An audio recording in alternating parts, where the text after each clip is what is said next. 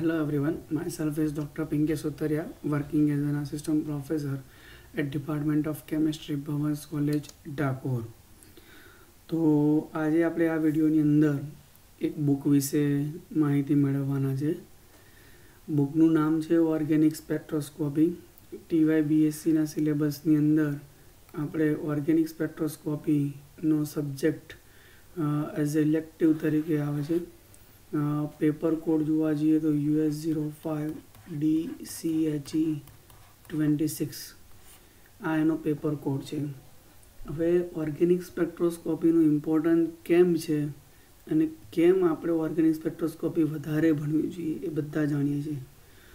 Organic સ્પેક્ટ્રોસ્કોપીની વાત કરું તો તમે જ્યારે કોઈપણ ઇન્ડસ્ટ્રીમાં અથવા તો તમે કોઈપણ હાયર એજ્યુકેશનમાં જેવા કે MSc અથવા PhDમાં જશો તો ઓર્ગેનિક સ્પેક્ટ્રોસ્કોપી કમ્પલસરી તમને આવડવી જોઈએ. આ ઓર્ગેનિક સ્પેક્ટ્રોસ્કોપીમાં UV હોય, IR હોય, 1H NMR હોય, C13 NMR હોય, માસ સ્પેક્ટ્રોસ્કોપી હોય. મેઇનલી આ 5 થી 6 સ્પેક્ટ્રોસ્કોપીનો વધારે પડતો યુઝ થાય છે. TYBSCના સિલેબસની વાત કરું તો એની અંદર ઓર્ગેનિક સ્પેક્ટ્રોસ્કોપી એક આખું પેપર છે. ઓર્ગેનિક સ્પેક્ટ્રોસ્કોપીની આ બુક સરદાર પટેલ યુનિવર્સિટી દ્વારા પબ્લિશ કરવામાં આવી છે.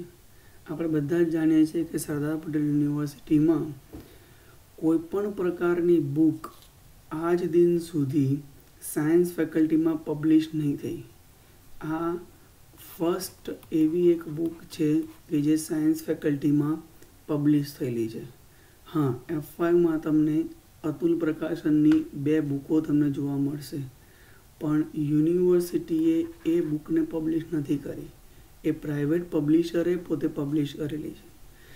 અને આ બુક બનાવવા માટે છેલ્લા 6 મહિનાથી મારી સાથે મારી ટીમ ખૂબ જ સારી મહેનત કરી અને એક આ બુક પબ્લિશ કરી છે. બુકની આજે આ વિડીયોની અંદર થોડીક આપણે હાઇલાઇટ જોઈશું કે કેમ તમારે લોકોએ આ બુક પરચેસ કરવી જોઈએ અને બુક પરચેસ કર્યા પછી તમને કેટલા વસ્તુનું નોલેજ મળશે અથવા તો કેટલી વસ્તુનો ફાયદો થશે. બીજી વસ્તુ કહીએ તો આ બુકની અંદર તમને કઈ કઈ વસ્તુઓ જોવા મળશે એની વાત કરીએ તો બુકની જ્યારે વાત કરવામાં આવે ત્યારે બુક પોતે ISBN નંબરવાળી છે. બરાબર, અહીંયા તમે જોવા જાઓ તો સરદાર પટેલ યુનિવર્સિટીએ પોતે પબ્લિશ કરેલી છે અને ISBN નંબર સાથેની પબ્લિશ કરેલી છે. ISBN નંબર એટલે કે ઇન્ટરનેશનલ સ્ટાન્ડર્ડ બુક નંબર. પહેલાં એની ઓગસ્ટમાં 2021ની અંદર આ એક 500 કોપીઝ યુનિવર્સિટીએ પબ્લિશ કરેલી છે. તમને કોઈને પણ આ બુક વિશે માહિતી મેળવવી હોય અથવા તો બુક જોઈતી હોય તો આ યુનિવર્સિટીના સ્ટોર 108ની અંદર તમને મળશે. અથવા તો કોઈને પણ એવું લાગતું હોય કે યુનિવર્સિટી નહીં જઈ શકાતું તો એ લોકો મારો કોન્ટેક્ટ કરે તો હું એમને આ બુક પોતે કોલેજમાંથી પોતે પહોંચાડી આપીશ. અહીંયા લખેલું છે university press Sardar Patel university, એટલે યુનિવર્સિટીનું જે સરદાર પટેલ યુનિવર્સિટીનું પબ્લિશિંગ હાઉસ છે તેના દ્વારા આ બુક પબ્લિશ થયેલી છે. બુકની જ્યારે વાત કરીએ તો બુક પબ્લિશ કરવા માટે ડૉક્ટર પિંકે સુતરિયા જાણો જ છો તમે. મારું પોતાનું ઇન્ટ્રોડક્શન આપું તો મેં પોતે BSc પોતે કમ્પ્લીટ કર્યું BCJ સાયન્સ કોલેજ ખંભાતમાંથી. અત્યારે 2014થી હું ભવન્સ કોલેજની અંદર આસિસ્ટન્ટ પ્રોફેસર તરીકે કામ કરી રહ્યો છું. MSc અને PhD એ department of chemistry school of science Gujarat યુનિવર્સિટીમાંથી કમ્પ્લીટ કર્યું.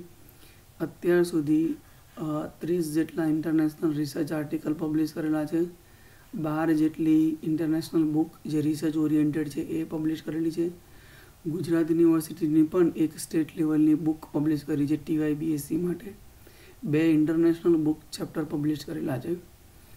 એક મેજર રિસર્ચ પ્રોજેક્ટ DST સર્વ એટલે department of science and technology science and engineering research board દ્વારા ₹23.98 લાખનો આપણને એક પ્રોજેક્ટ મળ્યો હતો ભવન્સ કોલેજ ડાકોરમાં. એ મેં 2016થી 2019માં કમ્પ્લીટ કર્યો છે. અત્યારે ટોટલ 2 પ્રોજેક્ટ અત્યારે પોતે ચલાવી રહ્યો છું.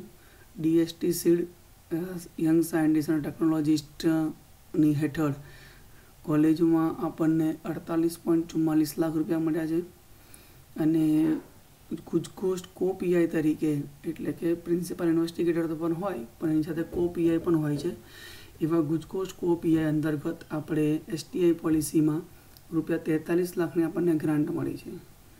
જીસેટ એક્ઝામિનેશન 2019માં ક્લિયર કરેલ છે. અત્યાર સુધી 7 best research paper award international, national અને નેશનલ લેવલ, સ્ટેટ લેવલ કોન્ફરન્સમાં મળેલા છે. મારો પોતાનો ટોપિક તમને કહું તો હું સુપ્રામોલેક્યુલર કેમિસ્ટ્રી, ફ્લોરેસન્સ સેન્સર અને લિક્વિડ ક્રિસ્ટલ ઉપર પોતે કામ કરું છું. હવે બુકની વાત કરીએ તો બુકમાં કેટલી વસ્તુઓ તમને જોવા મળશે. આ આપણને બધાને ખબર છે, આપણો સિલેબસ છે.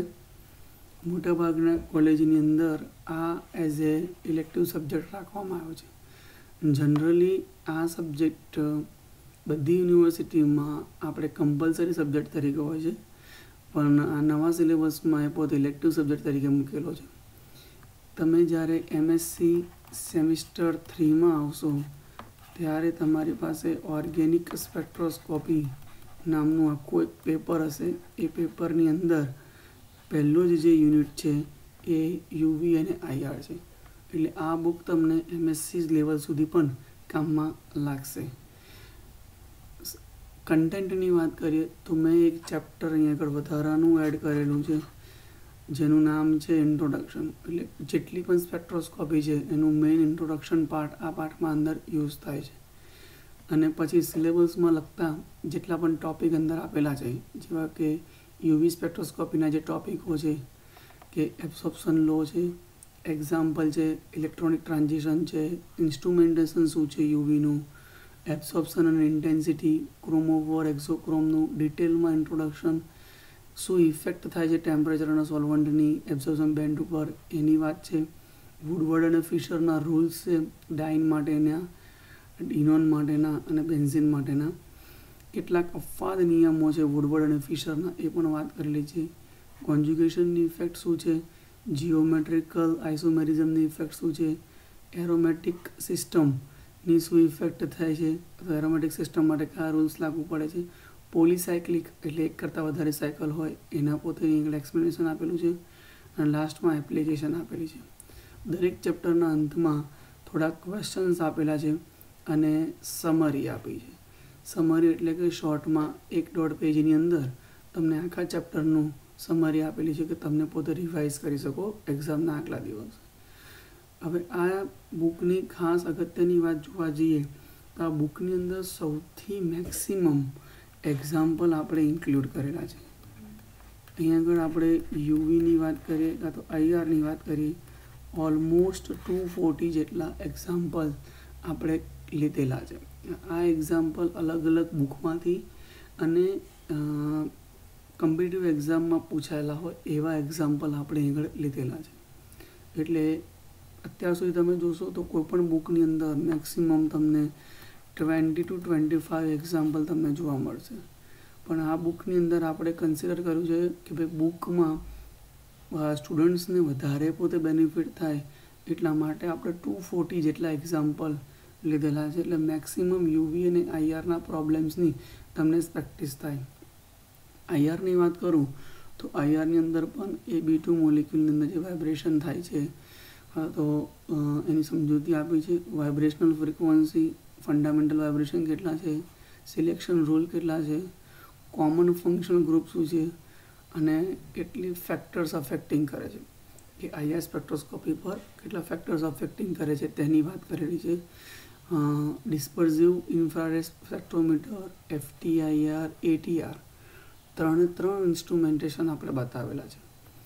ફિંગરપ્રિન્ટ રીજન વિશે ઇન્ફોર્મેશન આપી છે. સૌથી most important part characteristics of IR signal, કે આની અંદર આપણે કેવી રીતે તમે આઈઆર સિગ્નલમાંથી યુઝ કરીને કોઈપણ સ્પેક્ટ્રાનું ઇન્ટરપ્રિટેશન કરી શકો છો એની વાત કરી છે. અને ડિટેલમાં લાસ્ટમાં એપ્લિકેશન આપી છે. અગેન ક્વેશ્ચન્સ અને સમરી તો પહેલા ચેપ્ટરની જેમ આમાં પણ પોતે રહેશે. અને પછી ચોથા યુનિટની અંદર આપણે આઈઆરના એક્ઝામ્પલની વાત કરી છે. મેઇન આ બુકનું જે હાર્ટ છે તો આપણે કહી શકીએ MCQ. MCQ लगभग આપણે 230 થી 240 જેટલા MCQ આપણે લીધેલા છે. આ MCQની વાત કરું તો જનરલી નોર્મલ MCQ તો ખરા જ, પણ આપણા રાજ્યમાં અથવા દેશમાં લેવાતી અલગ અલગ કોમ્પિટિટિવ એક્ઝામના MCQ UV અને IR બેઝ ઉપરના મેં લીધેલા છે. એમાં GSET એક્ઝામિનેશન એટલે સ્ટેટ લેવલની એક્ઝામિનેશન આપણે જે થાય છે આસિસ્ટન્ટ પ્રોફેસર બનવા માટે, એના એક્ઝામ્પલ છે, એના MCQ છે. GPSC Gujarat public service commission દ્વારા જે એક્ઝામ લેવાય છે આસિસ્ટન્ટ પ્રોફેસર માટે, એના પોતે MCQ છે. નેશનલ એલિજિબિલિટી ટેસ્ટ નેટના જે એક્ઝામ્પલ છે MCQ છે એ પણ આપણે લીધેલા છે. GATE graduate aptitude test for engineering એના પણ આપણે એક્ઝામ્પલ લીધેલા છે. IIT જેમ joint admission test for MSc આ સૌથી સારામાં સારું એક્ઝામિનેશન છે કે BScમાંથી તમારે સપોઝ MScમાં જવું છે અને એ MSc તમારે સપોઝ IITમાં કરવી છે તો એના માટે આ એક્ઝામ લેવાય છે. તો એ એક્ઝામના પણ આપણે MCQ આ બુકની અંદર લીધેલા છે. એટલે ટોટલી તમે જોવા જાઓ જે મેઇન આ બુકનું હાઇલાઇટ પાર્ટ છે તો કે ભાઈ 240 જેટલા આપણી પાસે એક્ઝામ્પલ છે, 230 જેટલા આપણી પાસે MCQ છે. એટલે ઓલમોસ્ટ તમારી પાસે 470 જેટલી જે વસ્તુઓ છે કે જે અલગ અલગ કોમ્પિટિટિવ એક્ઝામની અંદર લેવાય છે એનો આપણે ઇન્ક્લુડ કર્યો છે. ઓકે, તો હવે થોડીક બુકની હાઇલાઇટની વાત કર્યા પછીથી બુક કેવી રીતની છે એનું પણ તમને એક્ઝામ્પલ આપી દઉં. આ સોફ્ટ કોપીમાં બુક મેં તમને બતાવી રહ્યો છું કે આ પહેલું ચેપ્ટર છે ઇન્ટ્રોડક્શન. ઇન્ટ્રોડક્શનની અંદર પણ તમે જોવા જાઓ તો બધી જ ઇન્ટ્રોડક્શન, બધી જે સ્પેક્ટ્રોસ્કોપી છે એની આપણે વાત કરેલી છે અને એક ડાયાગ્રામ દ્વારા આપણે બતાવ્યું છે કે ભાઈ કઈ કઈ મેથડ છે. મેથડની અંદર વાત કરીએ કે spectroscopy for example 13C NMR, 1H NMR, IR, mass, UV, દરેકની કમ્પેરિઝન આપી છે. શું પ્લસ પોઈન્ટ છે, શું નેગેટિવ પોઈન્ટ છે એ સમજાયેલા છે. આગળ આપણે જોવા જઈએ તો કોઈપણ ઇન્સ્ટ્રુમેન્ટ જે છે, ઇન્સ્ટ્રુમેન્ટ બેઝિક સ્ટ્રક્ચર શું છે કોઈપણ ઇન્સ્ટ્રુમેન્ટનું, UV હોય, IR હોય, 1H NMR, એનો પણ બાર ડાયાગ્રામ પરથી આપણને આઈડિયા લીધેલો છે. અને મોસ્ટ ઇમ્પોર્ટન્ટલી અલગ અલગ જે સ્પેક્ટ્રોસ્કોપી છે એમાં કયા કયા સોર્સ વપરાય છે એની પણ આપણે ડિટેલમાં વાત કરેલી છે. ઓકે, હવે આપણે વાત કરીએ સેકન્ડ ચેપ્ટર. સેકન્ડ ચેપ્ટર આપણું UV સ્પેક્ટ્રોસ્કોપી જે તમારા સિલેબસમાં જ છે એના વિશેની ઇન્ફોર્મેશન છે. UV સ્પેક્ટ્રોસ્કોપીની અંદર એના જેટલા પણ સ્પેક્ટ્રોસ્કોપીમાં લો છે એમાં મોસ્ટ ઇમ્પોર્ટન્ટલી લેમ્બર્ટ લોસ અને બિયર લો એના વિશેની આપણે પહેલાં સમજૂતી આપેલી છે. ત્યારબાદ અલગ અલગ લેમ્બર્ટ બિયર્સ લોના એક્ઝામ્પલ આપેલા છે. એ એક્ઝામ્પલ પણ આપણે કન્સિડર કર્યા છે કે ભાઈ IIT જેમવાળા હોય, GSET વાળા હોય એ એક્ઝામ્પલ આપણે લીધેલા છે. અમુક એક્ઝામ્પલ તમને પ્રેક્ટિસ માટે આપેલા છે, જેમના પણ એક્ઝામ્પલ લીધેલા છે, ગેટના એક્ઝામ્પલ છે એ પણ લીધેલા છે. ઇલેક્ટ્રોનિક ટ્રાન્ઝિશન ખૂબ જ ડિટેલમાં પોતે એક્સપ્લેન કરી છે જે તમને આગળ પણ ખૂબ જ કામમાં આવશે. Sigma to sigma star, N to sigma star, N to pi star, N to pi star, આ બંને જે વાત કરી છે બી બેન્ડ અને ઈ બેન્ડ એ પણ ડિટેલમાં અહીં આગળ સમજાયેલું છે કે બી બેન્ડ કોને કહેવાય ને ઈ બેન્ડ કોને કહેવાય. ઇન્સ્ટ્રુમેન્ટેશનની વાત કરીએ તો સિંગલ બીમ સ્પેક્ટ્રોમીટરમાં સ્ટ્રક્ચર શું હોય છે, ઇન્સ્ટ્રુમેન્ટેશન, ડબલ બીમ સ્પેક્ટ્રોમીટર શું હોય છે એની પણ આપણને સમજૂતી આપી છે. મેઇનલી આ બુકની અંદર ઇન્સ્ટ્રુમેન્ટેશન પાર્ટ છે એ ખૂબ જ ડિટેલમાં ભણાયેલો છે. અને એક વાત તમને કહેવા માગું છું કે આ બુક માત્ર ને માત્ર એક્ઝામ લક્ષી નથી. ઘણા બધા તમે આગળ જોશો કે ભાઈ આપણે BScની અંદર મોટે ભાગે એક મિથ રાખેલું છે કે માત્ર ને માત્ર ઝેરોક્સો આપણે વાંચીએ છીએ. તો ઝેરોક્સની અંદર માત્ર એક્ઝામ લક્ષી તૈયારી તમને કરવામાં આવે છે અને એ પણ SP યુનિવર્સિટી લગતી. આ બુકની વાત કરવામાં આવે તો આ બુકની અંદર તમને બધી જ કોમ્પિટિટિવ એક્ઝામિનેશન અથવા તો તમે હાયર એજ્યુકેશનમાં MSc લેવલમાં અથવા PhD લેવલ પર તમે જશો તો એની અંદર પણ તમને જે વસ્તુ ઇમ્પોર્ટન્ટ છે એનું તમને ડિટેલમાં એક્સપ્લેનેશન આપેલું છે. તમે વાત કરો તો ઇન્સ્ટ્રુમેન્ટેશનની અંદર બધા જ પ્રકારના સોર્સ અહીંયા બતાવેલા છે. મોનોક્રોમેટર છે, ડિટેક્ટર કયા કયા પ્રકારના યુઝ થાય છે અલગ અલગ અહીં આગળ એક્સપ્લેન કરેલું છે. પાવર સપ્લાય, સિંગલ બીમ અને ડબલ બીમ સ્પેક્ટ્રોમીટરનું યુઝીસ અને ડિફરન્શિએટ આપણે બતાવેલું છે બંનેની. હવે મેઇન આ જે ડાયાગ્રામ છે કે ભાઈ અલગ અલગ ઇન્ટેન્સિટી, હિપ્સોક્રોમિક, હાઇપરક્રોમિક, બેથોક્રોમિક, ઓકે, તો એનું પણ એક્સપ્લેનેશન આપણે ઇઝીલી બતાવેલું છે. હવે વાત કરીએ બે અલગ ટર્મની, એટલે કે ભાઈ ક્રોમોફોર અને ઓક્ઝોક્રોમ કોને કહેવાય. તો ક્રોમોફોર અને ઓક્ઝોક્રોમ તમે જ્યારે કોઈ પણ બુકમાં વાંચશો તો એ માત્ર ને માત્ર એક પેજની અંદર કમ્પ્લીટ કરેલું હશે બંને ડેફિનેશન, ક્રોમોફોર અને ઓક્ઝોક્રોમ. આ બુકની અંદર આપણે ડિટેલમાં ક્રોમોફોર ડાયાગ્રામ દ્વારા બતાવેલું છે કે ભાઈ sigma to sigma star transition માટે શું છે, અથવા તો અહીં આગળ જોવા જઈએ તો N to sigma star transition માટે કેવી રીતે યુઝ થાય છે, pi to pi star transition માટે શું યુઝ થાય છે, એન ટુ પાઈ સ્ટાર માટે શું યુઝ થાય છે. ઓક્ઝોક્રોમમાં પણ ઓક્ઝોક્રોમ કેવી રીતે વર્ક કરે છે એ પણ આપણે ડાયાગ્રામ દ્વારા, સ્કીમેટિક ડાયાગ્રામ દ્વારા બતાવેલું છે. એટલે કે ડિટેલની અંદર આ ક્રોમોફોર અને ઓક્ઝોક્રોમ આ બુકમાં સમજાવવામાં આવે છે. સોલ્વન્ટ ઇફેક્ટની પણ વાત આપણે કેવી રીતે સોલ્વન્ટ કોઈ લઈએ છીએ તો એ સોલ્વન્ટ યુવી સ્પેક્ટ્રોસ્કોપીમાં કેવી રીતે ઇફેક્ટ કરે છે એ આમાં સમજાવવામાં આવ્યું છે. પછી આપણે વાત કરીએ તો કે ભાઈ વુડવર્ડ અને ફિશરના રૂલ્સ, એની અંદર એક્ઝોસાયક્લિક છે, એન્ડોસાયક્લિક છે, રિંગ રેસિડ્યુ છે, વુડવર્ડ ફિશરના બધા જ રૂલ્સ આપણે ડિટેલમાં સમજાયેલા છે. એક્સેપ્શનની વાત કરીએ તો વુડવર્ડ અને ફિશરમાં કેટલાક એક્ઝામ્પલ એવા છે કે જે અપવાદ છે એ પણ આપણે આ બુકની અંદર એક્સપ્લેન કરેલું છે. ઓકે, તો આ આપણા બુકની વાત તમને કરવા માગું છું કે આ સેકન્ડ ચેપ્ટરની અંદર આ બધા જ પોઈન્ટ આપણે કવર કરેલા છે. ઓકે, સ્પીડમાં પોતે કમ્પ્લીટ કરીશું એટલે બુકની હાઇલાઇટ તમને ખબર પડી જાય. અને લાસ્ટમાં બુકની suppose application of ultraviolet spectroscopy ડિટેલની અંદર લગભગ 15 થી 20 પ્રકારની એપ્લિકેશન આપણે એમાં સમજાવેલી છે. જેવું ચેપ્ટર એન્ડ થશે એટલે કે એમાં પૂછાતા યુનિવર્સિટીમાં અથવા તો આગળ યુનિવર્સિટીમાં જ્યારે હતા આ ચેપ્ટર જ્યારે કમ્પલસરી સબ્જેક્ટ તરીકે હતું ત્યારે કેટલા ક્વેશ્ચન્સ પૂછાઈ ગયા છે એ પણ આપણે અંદર મૂકેલા છે. અમુક જે ક્વેશ્ચન છે હાઇલાઇટેડ એને પોતે એક્સપ્લેન પણ કરેલા છે શોર્ટ ક્વેશ્ચન્સના, અને સમરી પોતે આપેલી છે કે આ બુક આ ચેપ્ટરમાં તમારે કેટલી વસ્તુઓ યાદ રાખવાની છે.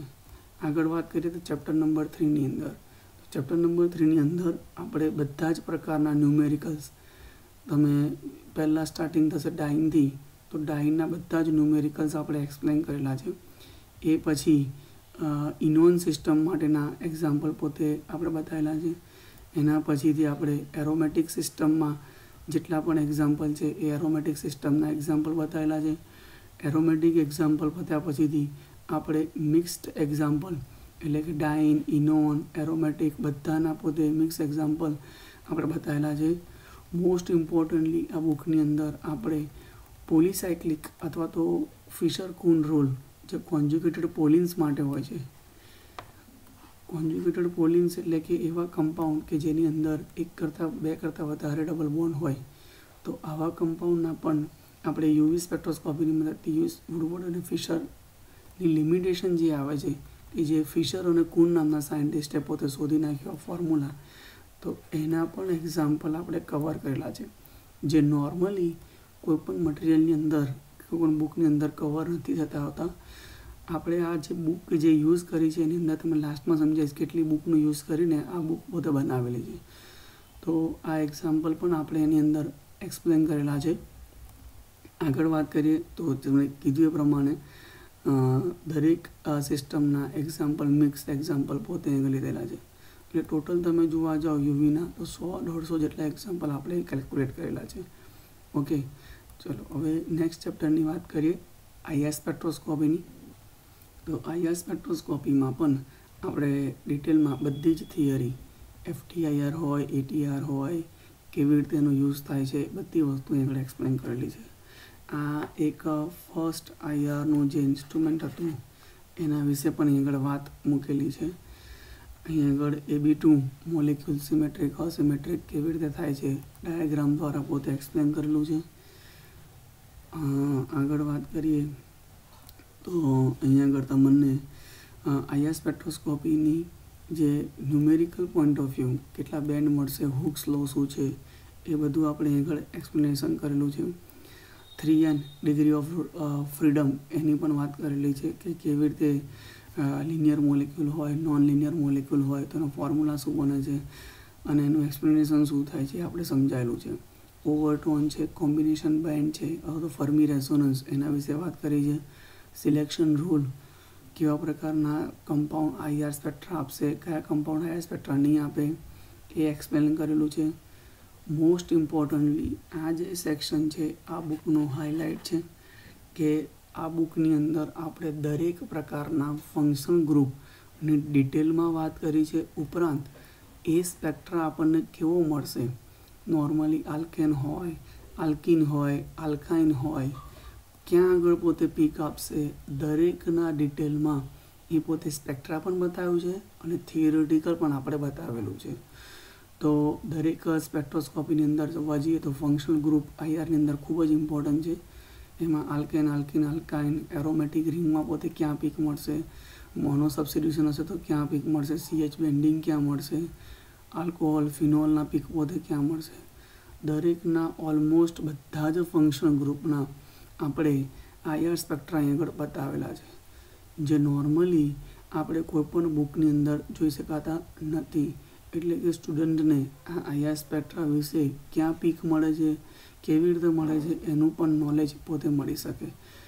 દરેક જે ફંક્શન ગ્રુપની વાત કરીએ તો એના પછીથી આપણે ફેક્ટર્સ અફેક્ટિંગ, દરેક ફંક્શન ગ્રુપ ઉપર કેટલાક પરિબળો અસર કરે છે, એ કયા કયા પરિબળો અસર કરે છે, કેવી રીતે સ્પેક્ટ્રોસ્કોપીની અંદર આઈઆર સ્પેક્ટ્રાની અંદર એ પોતે ફ્રિકવન્સી ચેન્જ થાય છે એની પણ આપણે વાત કરેલી છે. તો એ ફેક્ટર્સ અફેક્ટિંગ, જેટલા પણ ફેક્ટર અફેક્ટિંગ કરે છે એની ઇન્ફોર્મેશન આપણને આ બુકમાંથી મળી જશે. ઘણા બધા ફેક્ટર્સ છે, આપણે કોઈ એક્ઝામમાં પૂછાયેલા પણ હોય છે તો એનું પણ એક કમ્પેરિઝન બતાવેલી છે. જેવી રીતે આ વાત કરું કે સાયક્લો આલ્કિન્સના, તો સાયક્લો આલ્કિન્સ પરથી ઘણા બધા ક્વેશ્ચન્સ લેટ અને નેટમાં પણ આવતા હોય છે, એની પણ આપણે આગળ વાત કરેલી છે. મેઇન આ ચેપ્ટરનો જે હાર્ટ કહેવાય કે ભાઈ ઇન્ફ્રારેડ સ્પેક્ટ્રોમીટર કેવી રીતે વર્ક કરે છે, તો એ ડિટેલની અંદર આપણે દરેક સોર્સ છે, ડિટેક્ટર છે, કેવી રીતે એનું સેમ્પલ બનાવાય છે એનું આપણે ડાયાગ્રામ દ્વારા પણ બતાવેલું છે અને દરેકનું ડિટેલમાં એક્સપ્લેનેશન ઇઝી લેંગ્વેજમાં જેટલું થાય એટલું કોશિશ કરેલી છે.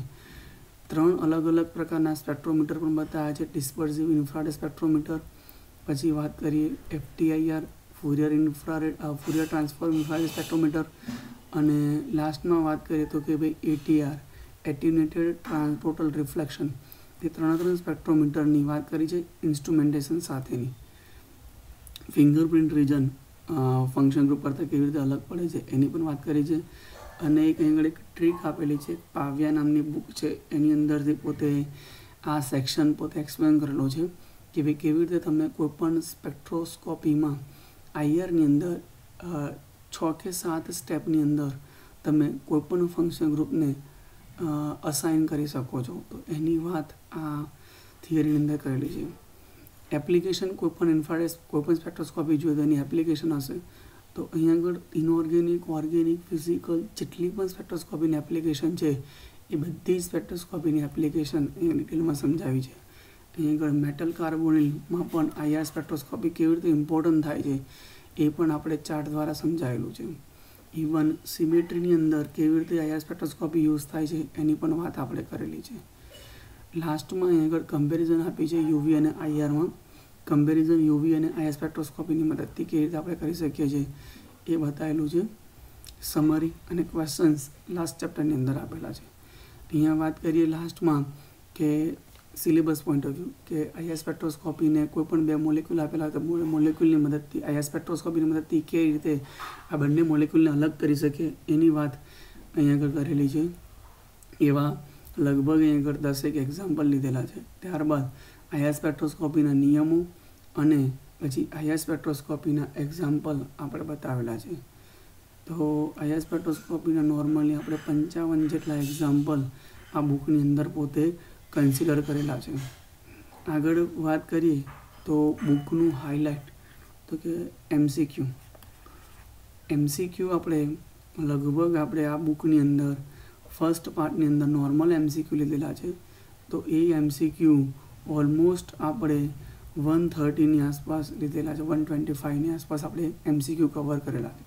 ત્યારબાદ બીજા જે MCQ જે છે એ MCQ અલગ અલગ એક્ઝામ જેવી કે GSET, GPSC, NET, GATE અને JAM, IR અને UVના જેટલા પણ ક્વેશ્ચન્સ પૂછેલા છે એ અમુક જે MCQ છે એનું એક્સપ્લેનેશન પણ આપેલું છે. ડાયરેક્ટ MCQ હોય તો એ ડાયરેક્ટ સોલ્વ પણ કરેલા છે. તો એવા આપણે બધી જ એક્ઝામના MCQ UV અને IRના પોતે આ બુકની અંદર લીધેલા છે. એની પણ વાત કરીએ તો નેટમાં 2 વખત એક્ઝામ લેવાય છે, જૂન અને ડિસેમ્બર. તો જૂન અને ડિસેમ્બરના પણ એક્ઝામ્પલ આપણે MCQ દરેકના લીધેલા છે. એટલે કે આ MCQ આપણે 109 જેટલા MCQ કવર કરેલા છે. એટલે ઓલમોસ્ટ બધી જ એક્ઝામના MCQ આપણે એમાં કવર કરેલા છે. આ બુક બનાવવા માટે આપણે ઘણી બધી રેફરન્સ બુકોનો યુઝ કરેલો છે. રેફરન્સ લીધા છે કે તમે આ બુક વાંચવાથી ઓલમોસ્ટ 12 થી 13 બુકો કવર કરી શકશો. જેમાં પાવ્યા નામની બુક છે, અહીં આગળ વાત કરીએ તો અહીં આગળ ડેવિડ કેમ્પબેલની બુક છે. આગળ વાત કરું જ્હોન વિલિયમ્સની કોમ્પ્લેક્સ મોલેક્યુલ, એની એક બુક લીધેલી છે. મેગ્રો હિલની, ડુડલી અને વિલિયમ્સની બુક લીધેલી છે, ફ્લેમિંગની. આગળ વાત કરીએ ઇન્ડિયન ઓથરમાં PS કાલ્સીની બુક લીધેલી છે. આગળ વાત કરીએ તો સ્કૂગ અને વેસ્ટ ઇન્સ્ટ્રુમેન્ટેશન માટે લીધેલી છે, YR શર્મા, એમાંથી પણ અમુક પોર્શન આપણે કવર કરેલો છે. પછી આગળ વાત કરીએ બેનવેલ નામના બુકમાંથી ફંડામેન્ટલ ઓફ મોલેક્યુલર સ્પેક્ટ્રોસ્કોપી, એ બુકમાંથી પણ આપણે અમુક પાર્ટ લીધેલો છે. ગુરદીપ ચટવાલ, એ બુકનો પણ રેફરન્સ બુકનો યુઝ કર્યો છે. પુરી શર્મા પઠાણિયા, ફિઝિકલ એસ્પેક્ટથી પણ આપણે લીધેલું છે. આ 3 જે બુક છે એ બુકનો યુઝ કમ્પેરેટિવ એક્ઝામની પ્રિપરેશન માટે અથવા તો તમે કમ્પેરેટિવ એક્ઝામમાં કેવી રીતે બુક ક્વેશ્ચન્સ પૂછાય છે એના માટે યુઝ કરેલો છે. એટલે ઓલમોસ્ટ 13 બુક્સનો યુઝ એઝ અ રેફરન્સ તરીકે આપણે યુઝ કરેલો છે, જેમાંથી રેફરન્સ લઈને આ બુકને બનાવવામાં આવી છે. એટલે કે તમે આ બુકમાંથી તમે 15 કે 13 જેટલી બુકોનો પણ સમાવેશ કરી શકો છો. એટલે તમે જોવા જાઓ તો આ 140 પેજની બુક છે. ઇવન તમે ઝેરોક્સ પણ કરાવશો 1 રૂપીસમાં 2 કોપી તો તમને એ 120 કે 125ની પડશે. વિથ સ્પાયરલ કરાવશો તો પણ તમને 150 રૂપીસની મળશે. એટલે આ 150 રૂપીસ તમે જે સ્પેન્ડ કરશો તો એની કમ્પ્લીટલી વેલ્યુ તમને મળશે. એટલા માટે દરેક સ્ટુડન્ટને હું પોતે રિક્વેસ્ટ કરું કે આ બુકનું પરચેસ તમે કરો. એટલા માટે નહીં કે મેં પોતે બુક પબ્લિશ કરી છે કાં તો યુનિવર્સિટી પબ્લિશ કરી છે, પણ એટલા માટે કે તમારી પાસે જ્યારે MSc કમ્પ્લીટ કરશો તો તમારી પાસે એટલીસ્ટ 4 થી 5 રેફરન્સ બુકો હોવી જોઈએ ઇન્ટરવ્યૂ માટે, કોમ્પિટિટિવ એક્ઝામ માટે, અથવા તો તમારે હાયર એજ્યુકેશન PhD કરવું છે એના માટે પણ. તો આ બુકનું યુઝ કરવાથી તમે BSc 5માં તો તમને મદદરૂપ થશે જ, પણ ઇવન MSc સેમિસ્ટર 3ની અંદર યુનિટ નંબર 1 તમારું આખું આ બુકમાંથી કવર થઈ જશે. ઓકે. અને બીજી વસ્તુ તમારા બધા માટે પ્રાઉડ મુમેન્ટ એ છે કે સરદાર પટેલ યુનિવર્સિટી જો આ બુક પબ્લિશ કરતી હોય તો એને પણ આ બુકનું સ્ક્રીનિંગ એટલે કે આ બુકની ઓથેન્ટિસિટી ચેક કરવા માટે યુનિવર્સિટીના ડિપાર્ટમેન્ટમાંથી 2 રેફરી થ્રુ આ બુકને ચેક કરાઈ છે. એના અમુક ગાઈડન્સ, અમુક કોમેન્ટ જે આપી હતી એને આપણે સોલ્વ કરી છે અને ત્યારબાદ એ પોતે પબ્લિશિંગ હાઉસમાં ગયેલું છે. એટલે એવું નથી કે ભાઈ આપણને બુક લખી નાખીને યુનિવર્સિટીએ પબ્લિશ કરી નાખી. યુનિવર્સિટીની પણ પોતાની એક પબ્લિશિંગ જે પદ્ધતિ હોય છે એનાથી આ બુક પોતે પબ્લિશ થયેલી છે. તો હું દરેક સ્ટુડન્ટને પોતે રિક્વેસ્ટ કરું કે પોતે આ બુક પરચેસ કરે અને વાંચે. તમને કોઈ પ્રોબ્લેમ હોય તો તમે મળી શકો છો. Thank you very much for your kind patience. Thank you. Okay. બીજી એક વાત કે આપણી જે યુટ્યુબ ચેનલ છે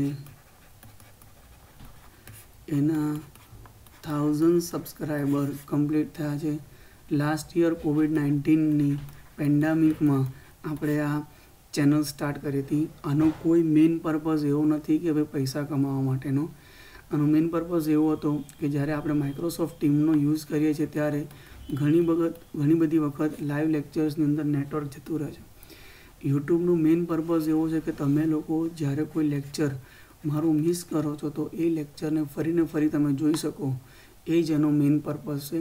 મારો કોઈ જ પર્પઝ સબસ્ક્રાઈબર વધારવાનો પણ નથી અથવા તો ચેનલ માટે પૈસા કમાવાનો નથી.